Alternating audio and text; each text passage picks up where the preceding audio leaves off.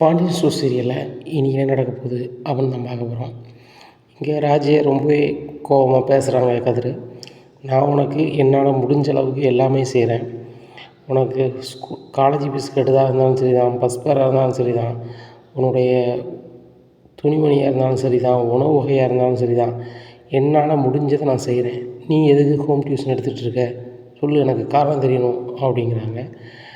உடனே பாண்டியன் கேட்குறாங்க, ஏப்பா அவன் தான் சொல்கிறான்ல, அதுபோக இந்த வீட்டில் என்னப்பா குறை? உனக்கு மட்டும் இல்லை, அவனுக்கும் சேர்த்து தான் சொல்கிறேன். சாப்பாட்டுக்கு பஞ்சமா இல்லை வரவு செலவுக்கு பஞ்சமா? எதுவுமே பஞ்சம் இல்லை. அப்படி பஞ்சம் இல்லாத போது நீங்கள் எதுக்கு வேலைக்கு போகணும்? படிப்பு மட்டும் பார்க்கலாமாப்பா அப்படிங்கிறாங்க. உடனே பழனி சொல்கிறாரு, ராஜீவ் உனக்கு ஏதாவது பணம் வேணும்னா நீ சித்தப்பாட்ட கேட்கலாமே, நீ எதுக்கு இப்படி கோச்சிங் கிளாஸ் போகிறேன்னு சொல்லிட்டு இப்படி நீ இது பண்ணிகிட்ருக்க வச்சிட்ருக்க? பாரு இன்றைக்கி என்ன மாதிரி ஆயிடுச்சு பத்தல அப்படிங்கிறாங்க.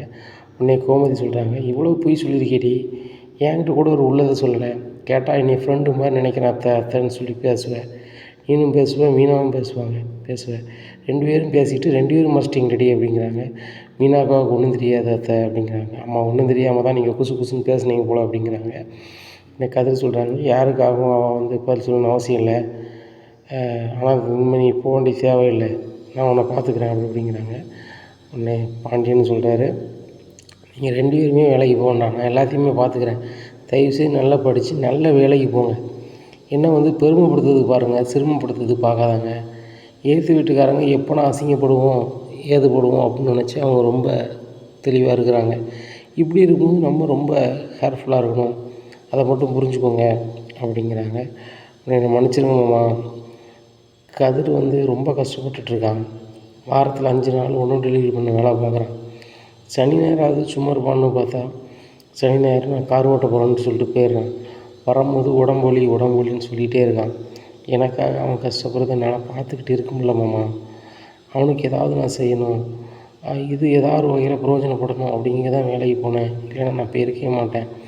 அதுபோக உங்கள்கிட்ட இந்த மாதத்துலேருந்து கூட பணம் தரேன்னு சொல்லியிருக்காரு, அதுக்கு நம்ம வேலைக்கு போனால் கொஞ்சம் உதவுமே அப்படின்னு தான் போனேன். மற்றபடி யாரையும் அசிங்கப்படுத்தணும்னோ இல்லை உங்கள் சொல்ல மதிக்கக்கூடாதுன்னோ இல்லை கதிரை மேலும் நம்ம கஷ்டப்படுத்தணும்னோ நான் போகலை.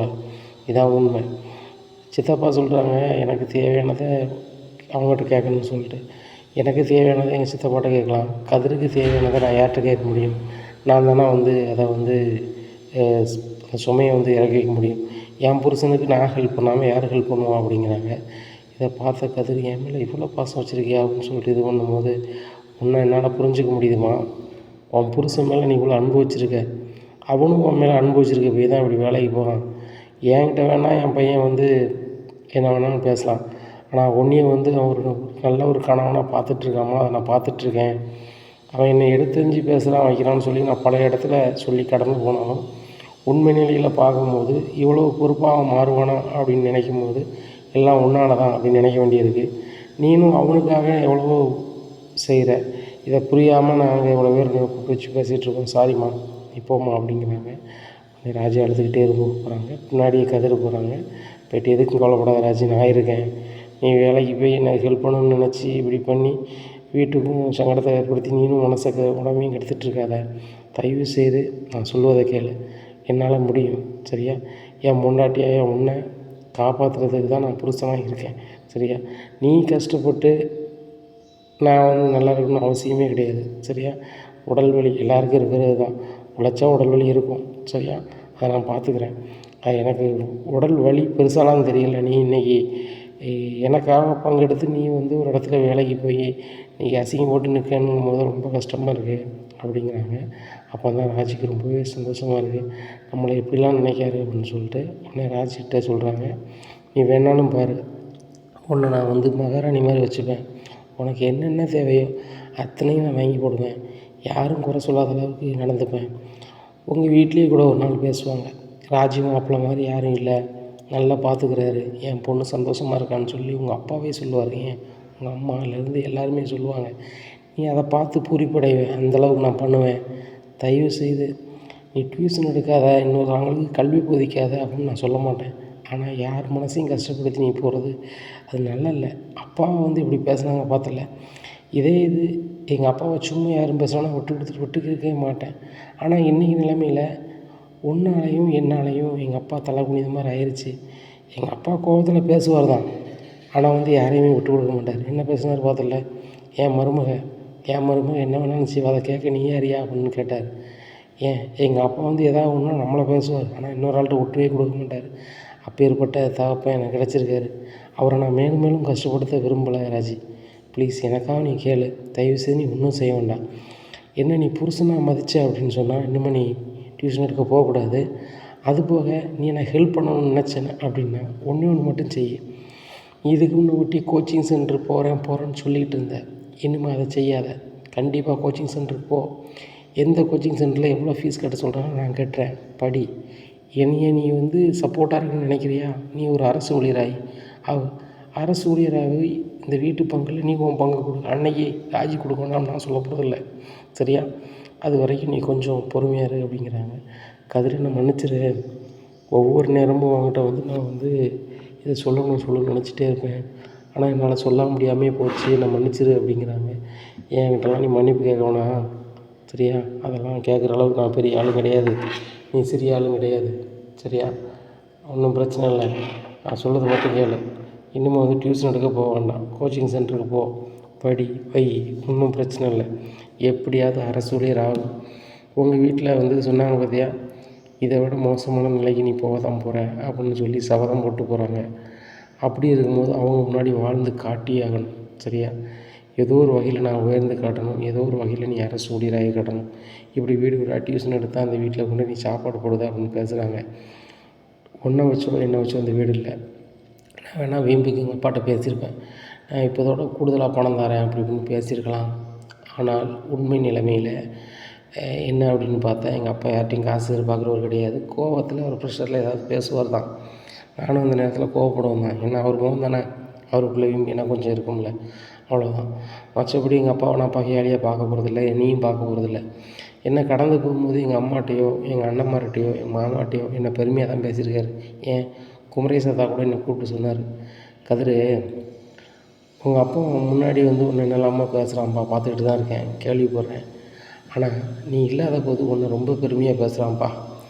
என் பையன் என்ன மாதிரியே வீம்புக்காரன், தான் பொண்டாட்டிக்கு வந்து தான் கையில் தான் காசு போகணும், யாரும் செலவு பண்ணக்கூடாது அப்படின்னு நினைக்கிறான். இந்த வைராக்கியம் எத்தனை பேருக்கு வரும்? என் பிள்ளைக்கு வந்திருக்கு. எனக்குள்ள வைராக்கியம் அப்படியே இருக்குது. நான் சின்ன வயசில் எப்படிலாம் கோவப்பட்டனோ அதே கோவத்தை கதிரும் தான். அவனை பார்க்கும்போதெல்லாம் என்னையே நான் வந்து குறித்து வச்ச மாதிரி இருக்குது. அந்தளவுக்கு எனக்கு சந்தோஷமாக இருக்குது. ஆனால் அவன்கிட்ட காட்ட முடியல. ஆனால் என்றைக்காவது பாருங்கள் மாமா, அவன் முன்னேறி காட்டுவான், பெரிய ஆளாக வருவான் அப்படின்னு சொல்லியிருக்காரு. அப்பேற்பட்ட மனுஷனை நான் வந்து வார்த்தையில் ஒரு சில நேரத்தில் கஷ்டப்படுத்துகிறேன். நீ செயலில் தயவுசெய்து கஷ்டப்படுத்தாதான் ராஜி, ப்ளீஸ், உன் காலில் நான் வந்துக்கிறேன் அப்படிங்கிறாங்க. கதிர் நான் இப்படி பண்ணது இப்படி மறைச்சது உனக்கு வருத்தது இல்லையா அப்படிங்கிறாங்க. முன்னாடி சொன்னேன், ரூம் மேட்டு மாதிரி எதனா இருக்கும், நீ எதுவும் சொன்னால் எனக்கு வலிக்காது அப்படின்னு நான் சொன்னேன். ஆனால் இப்போ வலிக்க தான் செய்யுது. அவனை ரூம் மேட்டாக இந்த நிமிஷத்தில் நினைக்கல, உன் புதுசாக நான் ஃபீல் பண்ணிட்டேன், அதுதான் உண்மை அப்படிங்கிறாங்க. அப்போ தான் ராஜி நினைக்கிறாங்க, நான் வந்து எப்படி கதிரை லவ் பண்ண ஆரம்பித்தனோ அதே மாதிரி அவன் என்னை லவ் பண்ண ஆரம்பிச்சிட்டான். இன்னுமே எங்களுக்குள்ள தாம்பத்தியம் வந்து ரொம்பவே சிறக்கும். எங்களுக்குன்னு கண்டிப்பாக ஒரு வாரிசு வரும், எங்களுக்குன்னு ஒரு எதிர்காலம் உருவாகும் அப்படின்னு சொல்லிட்டு மனசில் ரொம்ப ஆசையை வளர்க்குறாங்க. ராஜி ரொம்ப அழாத, உனக்கு ஏற்கனவே தடுமை பிடிச்சிருக்கு, மேலும் அழுத அப்படின்னா ரொம்ப மோசமாயிடும் அப்படிங்கிறாங்க. பின்னாடியே மீனா வராங்க. கதிர் அப்படிங்கிறாங்க, அண்ணி அப்படிங்கிறாங்க.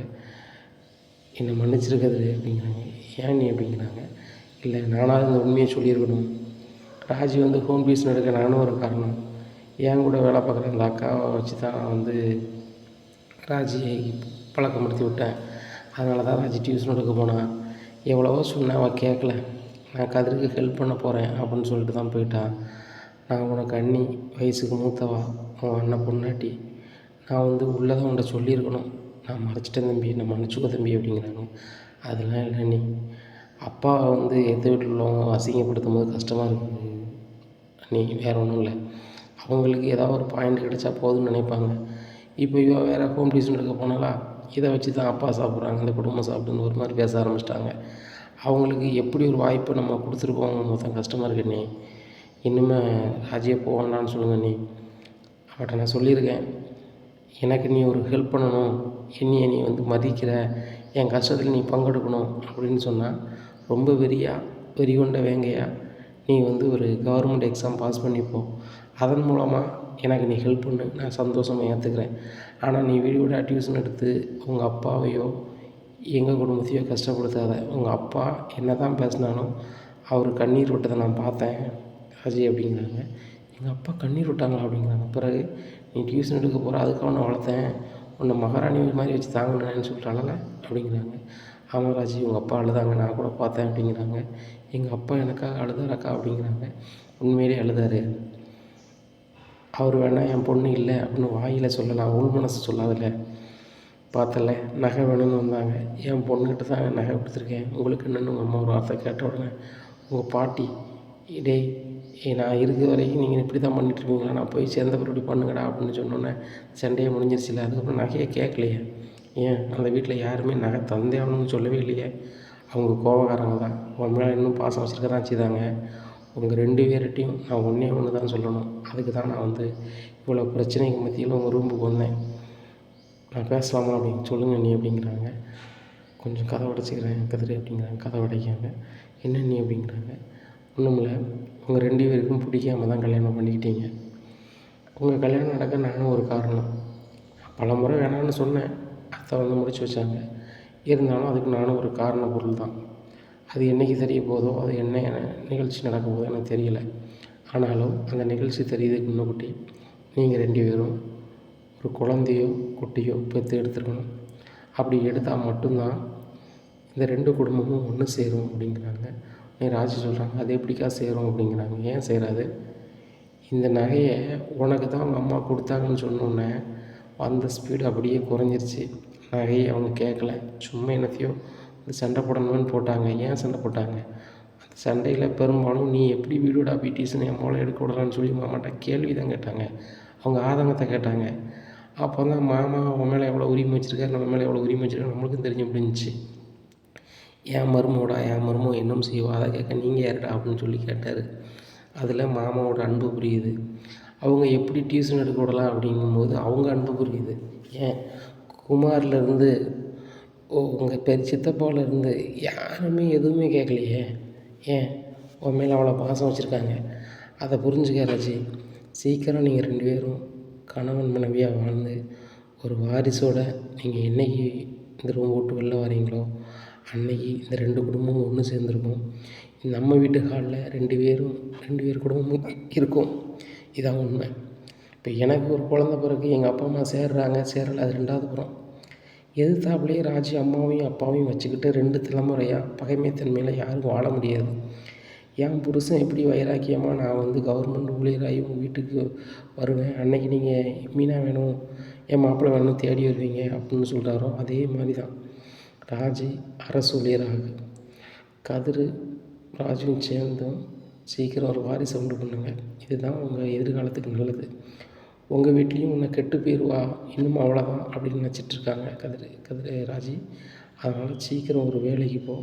என்னையே மாதிரி நீயும் ஒரு அரசு ஊழியராகிற. என் புருஷனை நான் அரசு ஊழியராகிறேன். நான் என் குடும்பத்தோடு சேர்றேன், நீ உன் குடும்பத்தோடு சேர்ற. இன்பம் வந்து துன்பமும் நம்ம சொந்த பந்தத்தோடு இருந்தால் தான் சந்தோஷம். சரியா? கூட்டு குடும்பத்தில் 1000 ஒரி இருக்கலாம், ஆனால் அதில் இருக்க இன்பமே தனி. உங்கள் அம்மா உன்னை நினச்சி அணுவா அழுகிறாங்க. என் நகை என் மகளுக்கு தான் போகணும், என் வாழ்க்கையே அம்மா போனால் பரவாயில்லை, என் மகன் நல்லா இருக்கணும் அப்படின்னு நினைக்காங்க. அப்படி நினைக்கும் போது நீ நல்லா இருக்கணும். சரியா? என் மருமகன் என் மகளை நல்லா பார்த்துப்பாங்க, இந்த நகை தான் மீன் நிறைய போதான்னு ஒரு வார்த்தை கேட்குறாங்க சண்டையில். அப்போ கதிரும் நல்ல நிலைமைக்கு வந்தால் தான் அவங்க மனசு சந்தோஷப்படும். பெரியவங்க மனசு குளிர்ந்தால் மட்டும்தான் நம்ம நல்லா இருக்க முடியும். நம்ம வேணால் சொல்லலாம், இப்போ உள்ள காலத்தில் யாரோட சாபம் பழிக்காது அப்படி இப்படின்னு என்ன சொல்லலாம். ஆனால் நல்லவங்களுடைய சாபம் கண்டிப்பாக பழிக்கும், நல்லவங்களோட வாக்கு கண்டிப்பாக பழிக்கும். அதுதான் கடவுள் சொன்னது, நன்மை செய் நன்மை எதிர்பாருன்னு சொல்லிட்டு. அதனால் நீ கண்டிப்பாக நீங்கள் 2 பேரும் பெரிய ஆளாக வாங்க. அவங்க ரொம்ப சந்தோஷப்படுவாங்க. இந்த குடும்பம் 2ம் ஒன்று சேர்கிறதுக்கு உங்கள் 2 பேரால் மட்டும்தான் முடியும். ஏன் பழனி சித்தப்பாவால் கூட முடியாது. உங்கள் குழந்தை அங்கே போய் விளையாடும் போது அவங்க முத்தத்தில் விளையாடையில் அவங்க யாரும் போன்னு சொல்லிட மாட்டாங்க. ஏன்னா அது பேரன் பேத்தி யாரும் மறுத்துட முடியாது. உங்கள் சித்தப்பாவாக இருந்தாலும் சரி தான், ராஜோட அப்பாவாக இருந்தாலும் சரி தான், தூக்கியே ஆகணும். இல்லை தம்பி ஓரமாக நல்லப்பா அப்படின்னு சொல்லி தான் ஆகணும். பேரனை பார்க்காம இருக்க முடியாது, பேத்தியை பார்க்காம இருக்க முடியாது. இதுதான் உண்மை. ஆட்டோமேட்டிக்காக அவங்களே தேடி வந்துடுவாங்க. அதை மட்டும் புரிஞ்சுக்கோ அப்படிங்கிறாங்க. சரிக்கா, நான் தாம்பத்திய வாழ்க்கை வாழ நான் தயார் நிலையில் தான் இருக்கேன். கதிர் வாழ இருக்கணும்னு கேளுங்கக்கா அப்படிங்கிறாங்க. அண்ணி நீங்கள் இவ்வளோ நாளும் இப்படி சொல்லலையே அண்ணி, நீங்கள் முன்னாடியே சொல்லியிருந்தா இந்நேரத்துக்கு எங்களுக்கு வாரிசு இருந்திருக்கும் அண்ணி அப்படிங்கிறாங்க. இதை கேட்ட ராஜர் போய் சிரிக்கிறாங்க. சரி சரி, வாழ்க்கையை ஆரம்பிங்க, உங்கள் வாழ்க்கையை நான் வந்து இடைஞ்சல் பண்ணிகிட்ருக்கேன், போயிட்டு வரேன் அப்படின்னு சொல்லிட்டு கிளம்பி சிரிச்சுட்டே போகிறாங்க.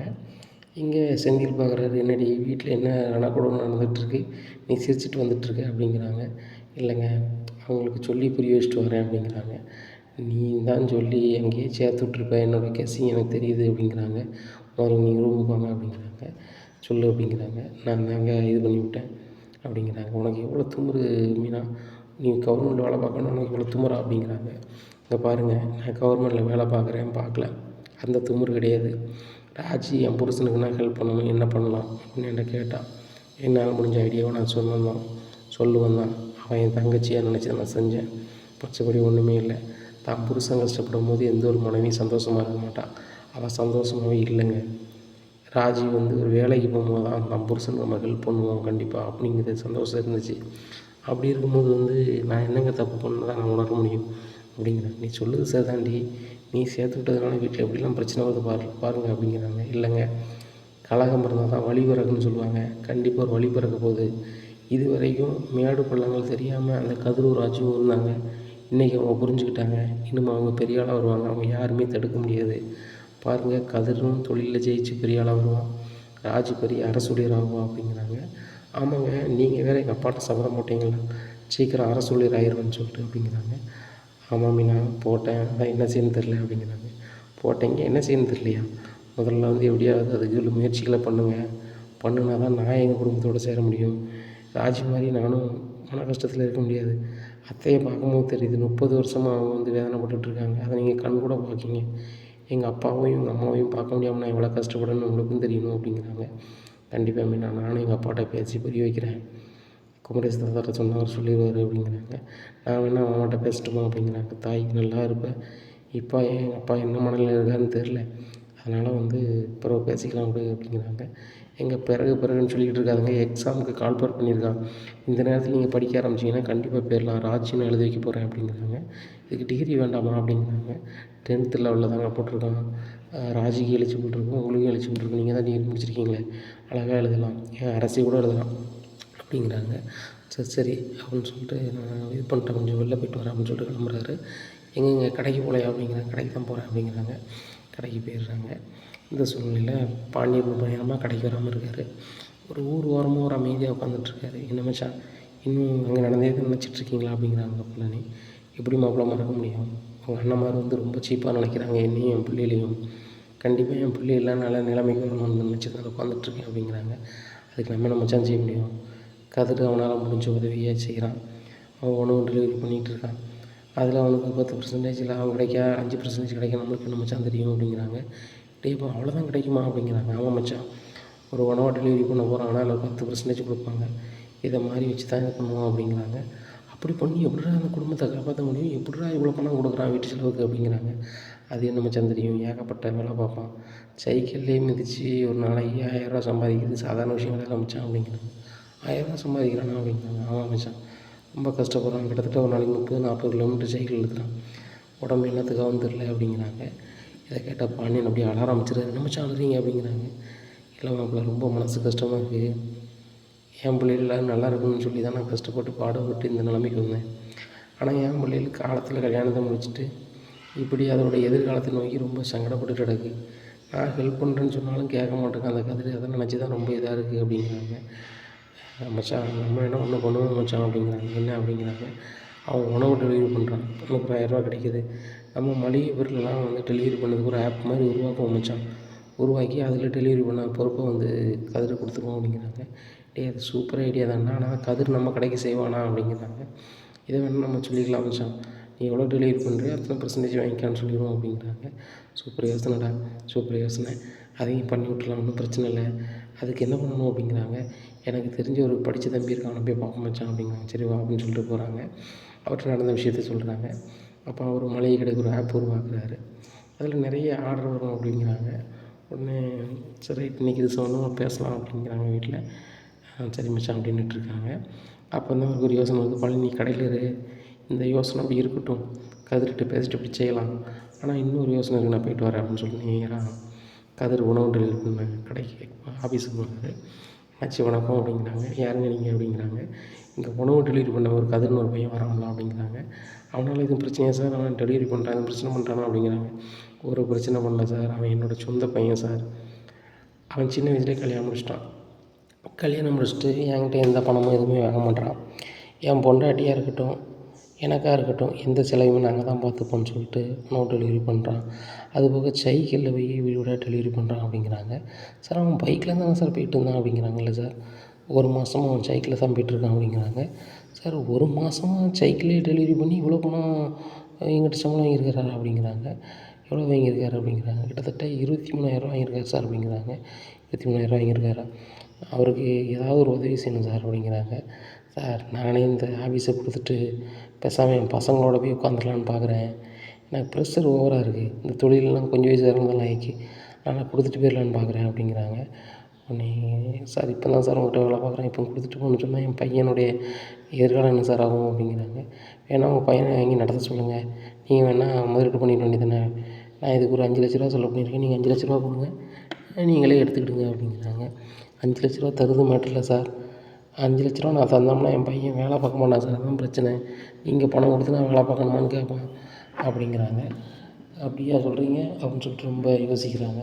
அப்போ நம்ம என்ன தான் பண்ணுறது அப்படிங்கிறாங்க. உடனே பாண்டியன் சொல்கிறாங்க, எனக்கு ஒரு உதவி பண்ணுங்க சார், தொழில் பண்ண முனைப்பாக இருக்க பையனுக்கு நான் இதை ஃப்ரீயாக கொடுக்கலான்னு இருக்கிறேன் அப்படிங்கும்போது அவன் வேண்டாமா. தம்பி ஒன்றுமே இல்லை, மாதம் எனக்கு ஒரு 5,000 நான் சொல்லுறது அக்கௌண்ட்டில் மட்டும் போட்டு விடுன்னு மட்டும் சொல்லுங்கள், நான் அந்த பணத்தை நான் தந்துடுறேன் சார், எனக்கு இந்த உதவியை செய்யுங்க சார். உங்கள் அப்பா தான் அந்த ஆஃபீஸை வந்து வாங்கி கொடுத்தாருன்னு சொன்னாலும் அவன் பார்க்க மாட்டான், நீங்கள் ஃப்ரீயாக கொடுத்தாலும் வாங்க மாட்டான். என் பையன் அவன் ரொம்ப வீம்புக்காரன் சார் அப்படிங்கிறாங்க. உண்மையிலே உங்கள் பையன் சரியான கேரக்டராக தான் இருப்பார் போல், ஒன்றும் பிரச்சனை இல்லை, என்ன நீங்கள் வந்து பணத்தை கொண்டு வாங்க, உங்கள் பையன் வந்து ஈவினிங் தான் டெலிவரிக்கு வருவார், அவர் வரும்போது வரீங்களா எப்படி அப்படிங்கிறாங்க. சார் அவனுக்கு வரது எனக்கு தெரியக்கூடாது அப்படிங்கிறாங்க.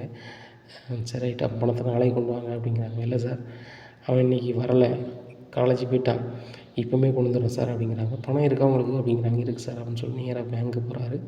5,00,000 வித்ட்ரா பண்ணுறாரு, போய் கொண்டு கையில் கொடுக்குறாரு. அக்ரிமெண்ட் போட்டுக்கிறாங்க.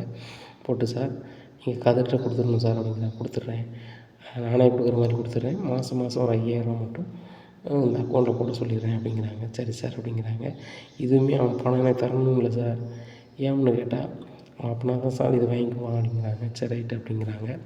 உடனே சார் அவனுக்கு காலேஜ் விட்ருக்கோம், ஒரு 1/2 கழிச்சு அடிங்க சார் அப்படிங்கிறாங்க. சரி சரி அப்படிங்கிறாங்க. ரொம்ப சந்தோஷமாக பாண்டியன் கடையில் வந்து உட்காந்துருக்காரு. என்ன மச்சான் ரொம்ப சந்தோஷமாக இருக்கீங்க அப்படிங்கிறாங்க. மாப்பிள்ளை ஒரு சந்தோஷமான செய்தி மாப்பிள்ளை, என்ன அப்படிங்கிறாங்க.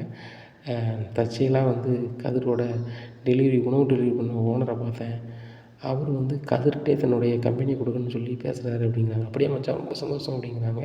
இதை என்கிட்ட சொன்னதை இந்த கதிர்கிட்ட சொன்னேன்னு வச்சுக்கோ, எங்கள் அப்பா தான் ஏதாவது பண்ணியிருக்கான்னு நினைப்பேன், எதுவும் சொல்லாத, அவனாக சொல்லுவான்ட்ட அப்படிங்கிறாங்க. சரி மச்சான் எப்படியோ என் மாப்பிள்ளை முன்னேறின சந்தோஷம் தான் அப்படிங்கிறாங்க. பாண்டியன் நினைக்கிறாரு, நம்ம செஞ்சதை நம்ம என்றைக்கும் சொல்லக்கூடாது, நம்ம பையன் நல்லா இருக்கட்டும் அப்படின்னு நினைக்கிறாரு. இந்த சூழ்நிலை கதிருக்கு ஃபோன் அடிக்கிறாங்க அந்த உணவு டெலிவரி பண்ண ஓனர். தம்பி எங்கே இருக்கீங்க அப்படிங்கிறாங்க. சார் இந்த மாதிரி காலேஜ் முடிச்சு இப்போ தான் சார் வீட்டில் இருக்கேன், இன்னும் ஒரு 1/2 வந்துடுவேன் அப்படிங்கிறாங்க. சரி தம்பி வாங்க அப்படிங்கிறாங்க. இவங்க சைக்கிளில் போகிறாங்க. சார் வணக்கம் அப்படிங்கிறாங்க. தம்பி இங்கே பாருங்கள், நான் உணவு டெலிவரி பண்ண வேலையை வந்து 15 வருஷமாக நடத்துகிறேன், எனக்கு வயசு ஆகிப்போச்சு, இப்போ நடத்த முடியல, ப்ரெஷரும் ஓவராக இருக்குது, அதனால் ஒரு கொஞ்சம் வயசு ஒரு ஆள்கிட்ட இதை விற்றுலான்னு இருக்கேன் அப்படிங்கிறாங்க. சார் என்ன சார் இப்படி திடீர்னு சொல்கிறீங்க, உங்களை வச்சு தான் சார் என் பொழப்பே இருக்குது அப்படிங்கிறாங்க. நான் மட்டும் இல்லை சார், கிட்டத்தட்ட ஒரு 60 பேர் உங்களை நம்பி தான் சார் பிழைக்கிறோம் அப்படிங்கிறாங்க. ஒன்றும் பிரச்சனை இல்லை தம்பி, அந்த 60 பேருக்கும் நீனே சம்பளம் கொடுக்கலாம் அப்படிங்கிறாங்க. நான் எப்படி சார் கொடுக்க முடியும், நானே உங்கள்கிட்ட சம்பளம் வாங்கிட்டு இருக்கேன் அப்படிங்கிறாங்க. தம்பிங்க பாருங்கள், இதில் உணவு டெலிவரி பண்ணுறதுலே சைக்கிளில் போய் ரொம்ப விசுவாசமாக அந்த தொழிலை மதித்து செய்கிறது நீங்கள் தான், உங்கள்கிட்ட இந்த தொழில் தரப்போகிறேன் அப்படிங்கிறாங்க. சார் இதை வாங்குற அளவுக்கு என்கிட்ட காசு எதுவும் இல்லை அப்படிங்கிறாங்க. தம்பி காசு நீ எனக்கு உடனே தர வேணாம், மாதம் 5,000 போடு சரிங்களா. நான் வந்து முதல்ல இதை ஆரம்பிக்கும் போது வெறும் 50,000 தான் ஆரம்பித்தேன், என்ன மாதம் 50,000 போடு, 10 மாதத்துல முடிஞ்சது, அதை நீனே நடத்து அப்படிங்கிறாங்க. சார் ஆஃபீஸோட கட்டடம் வந்து சொந்த கட்டடம்னு சொன்னாங்க, அது போக இவ்வளோ இது இருக்குது சார், கிட்டத்தட்ட அந்த கட்டட மதிப்பே 5,00,000 ரூபா இருக்குமா சார் அப்படிங்கிறாங்க. ஒன்றும் பிரச்சனை இல்லை தம்பி, இந்த இந்த இடம் வந்து ஒரு ஆள் எனக்கு கிஃப்டாக கொடுத்தது தான், அதேமாரி உனக்கு கிஃப்டாக கொடுக்குறேன். நீ வந்து இந்த 50,000 ரூபாயை அக்கௌண்ட்டில் போட்டுரு. இந்த கட்டடத்துக்கும் வருஷம் ஆச்சு, 15 வருஷம் ஆச்சு, ஒன்றும் பிரச்சனை இல்லை, வச்சுக்கோ அப்படிங்கிறாங்க. சார் நீங்கள் எப்படி தந்தீங்கன்னா எனக்கு ரொம்ப கஷ்டமாக இருக்குது அப்படிங்கிறாங்க. தம்பி நான் சும்மா தரல, மாதம் ஒரு அக்கௌண்ட் நம்பர் தரேன், அதில் 5,000 போட்டுரு அப்படிங்கிறாங்க. சரி சார் அப்படிங்கிறாங்க. கதிருக்கு ரொம்ப சந்தோஷம். அதனால் சரி சார்ன்னு சொல்லிட்டு, சரி தம்பி இந்த அக்ரிமெண்ட் சைன் பண்ணுங்க அப்படிங்கிறாங்க. சைன் பண்ணுறாங்க. சைன் பண்ணிட்டு சேரில் உட்காருங்க தம்பி நான் கிளம்புறேன்னு சொல்கிறாரு. அப்போ எல்லா ஸ்டாஃப்பையும் கூப்பிட்றாங்க. இன்னையிலேருந்து கதிர் தான் ஓனரு, கதிர் தான் அந்த கடையை வாங்கியிருக்கிறாரு. அவர் தான் உணவு டெலிவரி பண்ணது, எல்லா மேனேஜ்மெண்ட்டும் அவர் தான் பார்ப்பார். இன்னும் அவர் தான் ஓனர், அவருக்கு பணி நடந்துக்கணும் அப்படிங்கிறாங்க. எல்லாருமே ரொம்ப சந்தோஷமாக இருக்காங்க. கதிர் எங்கள் கூடயே இருந்தேன், எங்கள் கூடயே உணவு டெலிவரி பண்ணேன், இப்போ எங்களுக்கே ஓனர் ஆகிட்டாங்க, நினைக்கவும் ரொம்ப சந்தோஷமாக இருக்குது. உழைப்புக்கு நீ ஒரு முன்னுதாரணம், நீ நல்லா உழைக்கவே ஓனரே உங்கள் கையில் கொடுத்துட்டு போயிட்டார் அப்படிங்கிறாங்க. உடனே தம்பியெல்லாம் நான் சும்மா கொடுக்கல, மாதம் அவங்க 5,000 ரூபா கொடுக்க சொல்லியிருக்கேன், நீங்கள் வந்து என்ன உழைக்கலோ என்கிட்ட எப்படி வாங்கிங்களோ வாங்கிடுங்க அப்படிங்கிறாங்க. சரி தம்பி போயிட்டு வரோம்னு சொல்லிட்டு கிளம்பிடுறாரு. இங்கே கதிருக்கு பயங்கர சந்தோஷம். ஃபோன் பண்ணி செந்திலுக்கு, சரவணனுக்கு, வீட்டில் எல்லாருமே ஃபோன் பண்ணி சொல்கிறாங்க. இதை கேட்டோன்னே சரவணனுக்கும் செந்திலுக்கும் பயங்கர சந்தோஷம். ரொம்ப சந்தோஷம்னா செந்தில் வீட்டுக்கு வந்து மீனா சந்தோஷமான செய்தி அப்படிங்கிறாங்க. என்ன அப்படிங்கிறாங்க, கதிர் வந்து பிஸ்னஸ் பண்ண போகிறான் அப்படிங்கிறாங்க. என்ன பிஸ்னஸுங்க பண்ண போகிறான் அப்படிங்கிறாங்க. அவன் உணவு டெலிவரி பண்ண தானே போனான் அப்படிங்கிறான். ஆமாம் அப்படிங்கிறாங்க. அதையும் எடுத்து நடத்த ஆரம்பிச்சிட்டான், கிட்டத்தட்ட 60 பேருக்கு ஓனர் ஆகிட்டான் அப்படிங்கிறாங்க. என்னங்க சொல்கிறீங்க அப்படிங்கிறாங்க. ஆமாம், அவங்க ஓனர் வந்து நல்லா உழைக்கிற பையன்ட்டு அந்த கடையை கொடுத்துட்டு போகணும்னு நினச்சாரான், அந்த ஆஃபீஸை கதிர்கிட்டே கொடுத்துட்டாங்க. கதிர் வந்து மொத்தமாக பணம் கொடுக்க வேண்டாம், மாதம் 5,000 ஒரு 10 மாதம் கொடுத்தா போதும்னு சொல்லிட்டாங்க அப்படிங்கிறாங்க. ஏங்க அந்த கட்டடமே நல்ல கட்டடம், அதுபோக இடம் மெயினில் அங்கே இருக்குது அப்படிங்கிறாங்க. அது மெயினில் தான் இருக்குது. அந்த ஓனர் வந்து கதிர் மேலே நல்லா பாசம் வச்சுருப்பார் போல், கதிர்கிட்டே கொடுத்துட்டு போயிட்டார். கதிர் தான் ஃபோன் அடித்தான், இப்போ நாங்கள் ஆஃபீஸுக்கு தான் போகிறோங்கண்ணா அப்படிங்கிறாங்க. நானும் பழனி மாமாவும் போகிறோம் அப்படிங்கிறாங்க. சரி போயிட்டு வாங்க அப்படிங்கிறாங்க. நேராக போகிறாங்க. கதிரே வாழ்த்துக்கள்டா அப்படிங்க. வாழ்த்துக்கள்ண்ணே, தேங்க்ஸ்ண்ணே அப்படிங்கிறாங்க. எல்லாருமே அறிமுகப்படுத்திக்கிறேன், ரொம்ப பெருமையாக இருக்கா தம்பி, நீ சின்ன வயசுலேயே தொழில் பண்ணுற அப்படிங்கிறாங்க. எல்லாமே இதானே ஓனர், அந்த ஓனர் நினச்சி தானே செஞ்சுருக்கிறாரு அப்படிங்கிறாங்க. இல்லைட்டா அதில் உழைப்பும் இருக்குது அப்படி இப்படிங்கிறாங்க. வீட்டுக்கு போகும்போது இன்றைக்கி பார்ட்டி வச்சுருந்தா அப்படிங்கிறாங்க. வச்சுருவோம் அப்படிங்கிறாங்க. போகும்போதே ஆட்டுக்கறி எடுத்துகிட்டு போகிறாங்க. வீட்டில் போய் பிரியாணி வைக்கிறாங்க. உடனே கோமதிட்ட கொண்டு சமைக்க சொல்கிறாங்க. என்னடா என்னாச்சு, என்ன கறி வாங்கிட்டு வந்துடுறீங்க எல்லாரும் அப்படிங்கிறாங்க. அக்கா விஷயம் தெரியாதா, கதிர் வந்து இவன் பிஸ்னஸ் பண்ண போகிறான் அப்படிங்கிறாங்க. என்ன பிஸ்னஸ்டா, பணத்துக்கு என்னடா செய்வோம் அப்படிங்கிறாங்க. ₹1 காசை ஓனர் வேணான்ட்டார், உணவு டெலிவரி பண்ண தானே போனாங்க கதிர், இப்போ அந்த அந்த ஆஃபீஸை எடுத்து நடத்த ஆரம்பிச்சிட்டோம் அப்படிங்கிறாங்க. சூப்பர்ரா அப்படிங்கிறாங்க. உடனே ராஜிக்கிட்ட இந்த செய்தி சொல்லுடா அப்படிங்கிறாங்க. ராஜி அப்படிங்கிறாங்க. என்ன சித்தப்பா அப்படிங்கிறாங்க. கதிர் பெரிய ஆள் ஆயிடுவாம்மா அப்படிங்கிறாங்க. என்ன அப்படிங்கிறாங்க. அவன் உணவு டெலிவரி பண்ண போன இடத்த ஓனரே அவர்கிட்ட ஆஃபீஸை கையில் கொடுத்து நீனே நடத்துன்னு சொல்லிட்டாரான். கதிர் மாதம் வெறும் 5,000 கொடுத்தா போதுமா, அதுவும் வெறும் 50,000 ரூபாய்க்கு மொத்த தொழிலும் கொடுத்துட்டு போயிட்டாரு அப்படிங்கிறாங்க. நெசமா சித்தப்பா அப்படிங்கிறாங்க. ஆமாம் அப்படிங்கிறாங்க. ராஜிக்கு பயங்கர சந்தோஷம். இப்படியே இருக்குது.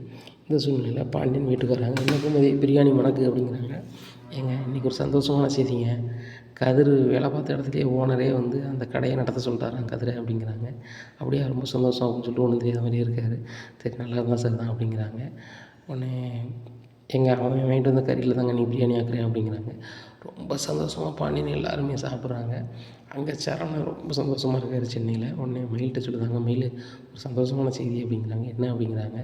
கதிர் முதலாளி ஆகிட்டான் அப்படிங்கிறாங்க. என்ன முதலாளி ஆகிட்டானா அப்படிங்கிறாங்க. ஆமாம், அவன் ஒரு உணவு டெலிவரி பண்ணது வேலை பார்த்தாங்களா அப்படிங்கிறான். ஆமாம், அந்த ஓனர் அவனே தொழில் பண்ண சொல்லிட்டாங்களாம். இவர்கிட்ட காசு எது மாமா கொடுத்தாங்களா அப்படின்னு கேட்குறாங்க. மாமாவும் கொடுக்கல, யாரும் கொடுக்கல, அவனோட உழைப்பை நம்பி நீனே பார்த்துக்கோப்பா, மாதம் 5,000 மட்டும் கொடுன்னு சொல்லிட்டாரான் அப்படிங்கிறாங்க. ஏங்க அது சொந்த கட்டடம், மெயின் ரோட்டில் இருக்குது, எப்படிங்க கொடுப்பாங்க அப்படிங்கிறாங்க. எனக்கு ஆச்சரியமாக தான் இருக்குது. அவன் உழைப்பை நம்பி கொடுத்துட்டாங்க. கதிர் ஃபோன் அடித்தான். அது போக செந்திலும் மாமாவும் பேசினாங்க. இன்றைக்கி வீட்டில் கூட அவன் பார்ட்டி வைக்கான எல்லாருக்கும் பிரியாணி அப்படிங்கிறாங்க. இதை கேட்டால் மயிலுக்கு சரியான கடுப்பு. அங்கேருந்து நேராக அவங்க அம்மாவை ஃபோன் அடிக்கிறாங்க. ஃபோன் அடிச்சுமா கதிர் வந்து இன்றைக்கி ஒரு பிஸ்னஸ் பண்ண போகிறான் அப்படிங்கிறாங்க. ஏண்டி மூத்தவன் ஓம் புருஷன் இருக்கார், ஓம் புருஷனுக்கு உன் மாமனார் 5 காசு கொடுக்கல, இப்போ வந்து உன் கொழுந்தனுக்கு காசு கொடுக்காங்களா அப்படிங்கிறாங்க. அது எனக்கு தெரிலம்மா, ஆனால் வந்து இவர் சொல்கிறாரு, ஏற்கனவே உணவு டெலிவரி பண்ண வேலை பார்த்தாம்ல அந்த ஓனரே சும்மா கொடுத்தான்னு சொல்கிறாங்க. அது எப்படிம்மா சும்மா கொடுப்பாங்க, எங்கள் மாமா தான் வந்து பணம் எதுவும் கொடுத்துருப்பாரு அப்படிங்கிறாங்க. நானும் அப்படி தாண்டி நினைக்கிறேன். அதை என்ன நான் கேட்குறேன் அப்படிங்கிறாங்க. சரிம்மா அது விசாரி, அது இந்த இடத்துல இருக்குது அப்படிங்கிறாங்க. அந்த ஓனரு வீடு எங்கே என்னன்னு விசாரிச்சுட்டு கொடு அப்படிங்கிறாங்க. சரிம்மா அப்படிங்கிறாங்க. உடனே இந்த விஷயத்த வந்து தங்கமயில் அப்பாட்ட சொல்கிறாங்க. இந்த மாதிரி அந்த ஓனர் யார், எங்கே இருக்காருன்னு விசாரிக்கணும் அப்படிங்கிறாங்க. சரிங்க அப்படிங்கிறாங்க. இந்த சூழ்நிலையில் தங்கமயில் எல்லாம் ஊர்லேருந்து வந்துடுறாங்க. இவங்க ஆரத்தி எடுத்து வர வைக்கிறாங்க. தங்கமயிலுக்கு வந்ததுலேருந்தே முகம் ஒரு மாதிரி இருக்குது. ஏம்மா ஒரு மாதிரி இருக்குது அப்படின்னு சொல்லி வந்து கேட்குறான். ஒன்றும் இல்லை அப்படிங்கிறாங்க. இங்கே இருக்க ராஜி பயங்கர சந்தோஷமாக இருக்காங்க. 2வது நாளே ராஜிக்கு ஒரு செயினை வாங்கிட்டு வர்றாரு. வந்து அண்ணி இதை வந்து ராஜி கழுத்தில் போட சொல்லுங்கள் அப்படிங்கிறாங்க. உடனே இவங்க சொல்கிறாங்க மீனா, உன் பொண்டாட்டி தானே நீ கழுத்தில் போட்டு விடு அப்படிங்கிறாங்க. இல்லை நீ வெக்கமாக இருக்குது அப்படிங்கிறாங்க. கல்யாணம் முடிக்கும் போது உனக்கு வெக்கமாக தெரியலையே கதிர், இப்போ வெக்கமாக தெரியுது போடு அப்படிங்கிறாங்க. ராஜிங்க வா அப்படிங்கிறாங்க. செயினை போட்டு விட்றாங்க. ராஜிக்கு ரொம்ப சந்தோஷம்.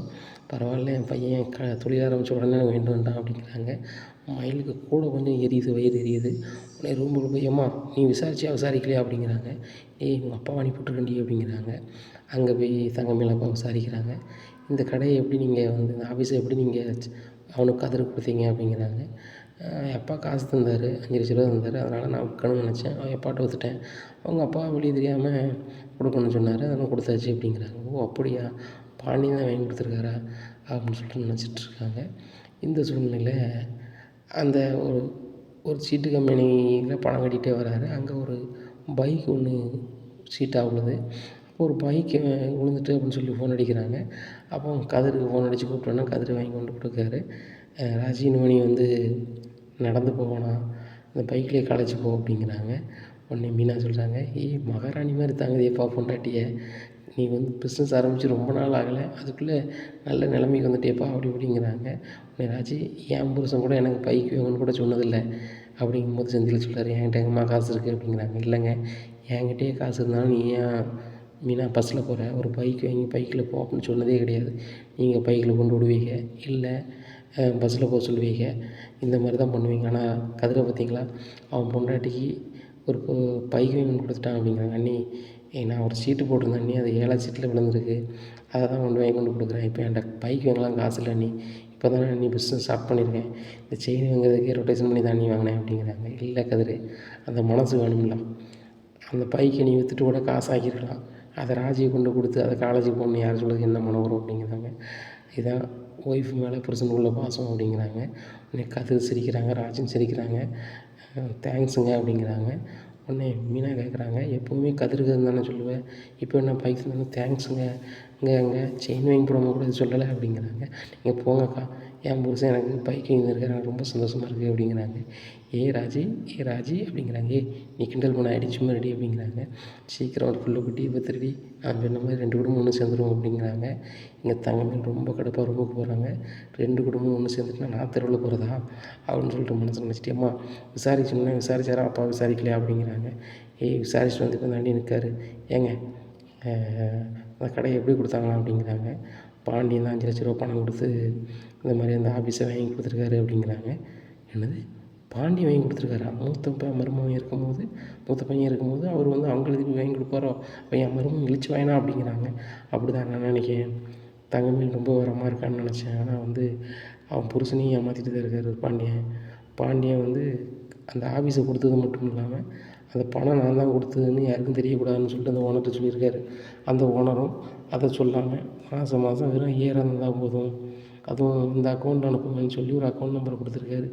அது வந்து பாண்டியன் வந்து இன்னொரு அக்கௌண்ட் வச்சுருக்காரு. அந்த அக்கௌண்ட் வந்து கதிருக்கு தெரியாது போல். அந்த அக்கௌண்ட்டுக்கு மாதம் தரேன்னு சொல்லியிருக்காங்க. இப்படிலாம் நடக்குது. கடைசியில் தங்கமயில் தான் அந்த வீட்டில் கஷ்டப்பட்டுருவாங்க என்னமோ தெரில. அவன் புருஷன் தான் இன்னொரு ஆள்கிட்ட கூலி வேலைக்கு போகிறாரு. அந்த செந்தில் புத்திசாலித்தனமாக என் அப்பா மளிகை கடையில் போய் உட்காந்துட்டான். கதிர் பிஸ்னஸுக்கு அப்பாட்ட பணம் வாங்கிட்டான். பழனி இந்த வீட்டை விட்டு போக மாட்டேக்கான். அந்த வீட்டு சொத்து இந்த சொத்தை அட்டை போடாமல் விட மாட்டான் போல். போகிற பக்கம் பார்த்தா மாப்பிள்ளையும் தங்கமயில் தான் கஷ்டப்படுவாங்க போல் அப்படிங்கிறாங்க. இது என்னங்க, இது என்ன ஏதுன்னு பார்த்துடணும், வாங்க நம்ம தங்கமயில் வீட்டுக்கு கிளம்பலாம் அப்படிங்கிறாங்க. நம்ம இதுக்கு தங்கமயிலுக்கு ஃபோன் பண்ண மட்டும் சொல்லு அப்படிங்கிறாங்க. இல்லைங்க அவள் கேட்கட்டும், நம்ம அன்றைக்கி அங்கே இருக்கணும் அப்படிங்கிறாங்க. எதுக்கு அப்படிங்கிறாங்க. இல்லை மூத்த பையன் இருக்கும்போது எப்படி நீங்கள் கடைக்குட்டி பையனுக்கு தொழில் பண்ண துட்டு கொடுப்பீங்க அப்படின்னு நம்ம கேட்போம். இல்லைம்பாரு, ஓனர்கிட்ட எல்லாம் கேட்டாச்சு, ஓனர்கிட்ட ஃபோன் பண்ணி தரேன் பேசுதுங்களான்னு கேட்போம். அப்போ எல்லாருக்கும் தெரிய வரும்போது அவர் மோரை தொங்கும் போது இப்போ என் மருமகனுக்கு நீங்கள் பிஸ்னஸ் பண்ண 10 லட்ச ரூபா கொடுங்க, நான் உடனே கேட்கேன். அவர் கொடுக்காம இருக்கட்டும், இந்த தொழிலை வேண்டாம்னு சொல்லிட்டு எழுதி கொடுத்து அந்த பணத்தை வாங்க, எல்லார் அக்கௌண்ட்லையும் பிரித்து போடுங்க, நான் சொல்லிடுறேன் அப்படிங்கிறாங்க. நீ சொன்னால் அவர் கேட்பாரா அப்படிங்கிறாங்க. ஏங்க நம்ம பொண்ணை கொடுத்துருக்கோம், கேட்டு தானேங்க ஆகணும் அப்படிங்கிறாங்க பாக்கியம். நீ என்ன நடக்கும் அப்படிங்கிறத பொறுத்திருந்து பார்க்கலாம். நம்ம சேனலை நீங்கள் மறக்காமல் லைக் அண்ட் சப்ஸ்கிரைப் பண்ணுங்கள். நன்றி, வணக்கம்.